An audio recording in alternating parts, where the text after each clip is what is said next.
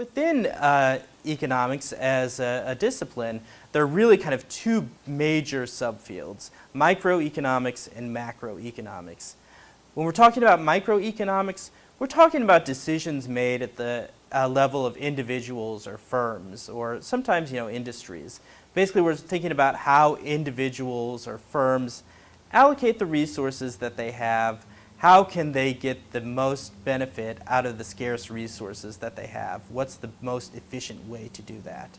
Now, then we also have macroeconomics, which, as the name implies, is talking about maybe bigger questions. We're talking about societal-wide questions like, how do we measure our standard of living? Or how do we get the economy to grow so that everybody has a job or has a sufficient income and so forth? So that is what we're talking about. We're looking at macroeconomics, larger societal-wide questions. So I really enjoyed the financial crisis. I didn't enjoy it, but like learning about it, and I thought that was really cool, and just kind of how everything fell into place. It was really interesting to see how banks played a role in it and how there were so many different factors behind it, and how the interest rates and the subprime mortgages and everything that had to do with finance and banking really wasn't just finance and banking. It was the housing market and everything kind of behind it, and that really related to economics. So yeah, within these two big subfields, there's lots of specialized disciplines within economics. We have a lot of people studying labor economics, which we're studying basically the supply of workers and the demand for labor by firms. We have a big specialization in international economics, studying things like international trade and the impact of globalization and exchange rates and things of that nature. Also, public finance, so how the government provides public goods and what's the impact of, say, taxation on markets as we try to raise them. And then there's environmental economics, where we're studying the incentives created by environmental policy and how we can better protect the environment while maintaining a healthy economy. We also have other fields like development economics, looking at some questions more specifically related to developing countries and how we can make their economies grow faster. What types of mechanisms are we going to use to allocate resources across different firms or different industries, or even within a country, different states or municipalities and so forth? What types of things should we prioritize? And economics, I think, really provides us with a lot of the tools we can use to answer some of those questions. So with economics, your brain either is wired to think like an economist or it's not.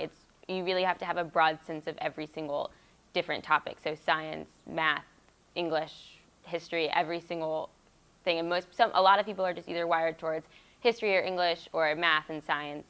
So it's really a unique combination to have to use all four of those different subjects in one. If you think of, again, like the financial crisis, you have to think about the history and what happened before it. You have to be able to write about it, write a report. You have to be able to figure out the numbers, calculate things in your head. Well, one of the big skills that you'll develop and hopefully bring into the program are strengths in quantitative reasoning. We use, frankly, a lot of math in economics. So hopefully that's something you're comfortable doing if you want to major in economics.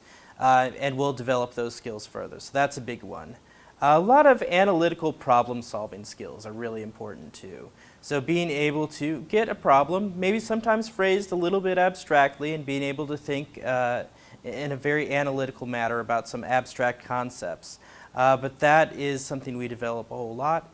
And also, too, we're working more and more on developing your data analysis capabilities. Being able to work with data and being able to describe it, being able to answer questions about it, test hypotheses, and so forth.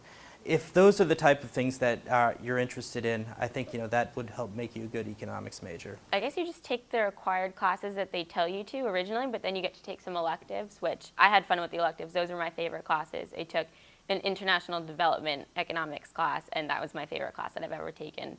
We got to do a huge project, so I got to really focus on a topic that I was interested in. So I did my research project on how increasing women's education in developing countries really just like impacts the world. So it was cool to just be able to have my own say and input. But some of the other classes, they are difficult. So the intermediate level one with the calculus was a really hard class, but as long as you go to the TA and you talk to the teacher, it's fine. It's really not that bad. At your internships, you learn everything you never thought existed in an organization. You learn about organizational politics. You learn about vertical and horizontal mobility, those things, those fuzzy terms that you hear about in like your management courses. Those come to life. You're like, ah, that's what that is. And you really figure out what kind of work appeals to you and what doesn't. If you major in economics, there's a few different career paths you can take. So some of the people that we traditionally think of having the job title of economist, well, they're often working in government, various policy fields. So lots of different departments in federal government and state government hire economists to help them understand different market trends and the effects of different types of policies. So that's one career path. Lots of economists work in, say, the banking or financial sector because being able to make financial plans and so forth requires detailed working knowledge of how the economy is going to evolve. Now those are sort of the traditional jobs where you think of, here's somebody with the title of economist. Well, there's also a lot of other career paths that economists take. So a lot of the skills that we develop in economics make you a very good candidate if you want to go into law, for example, or some of the data analysis skills that we work at. Well, that's going to open up a whole lot of career fields for you, just in terms of market analysis, market research, and so forth.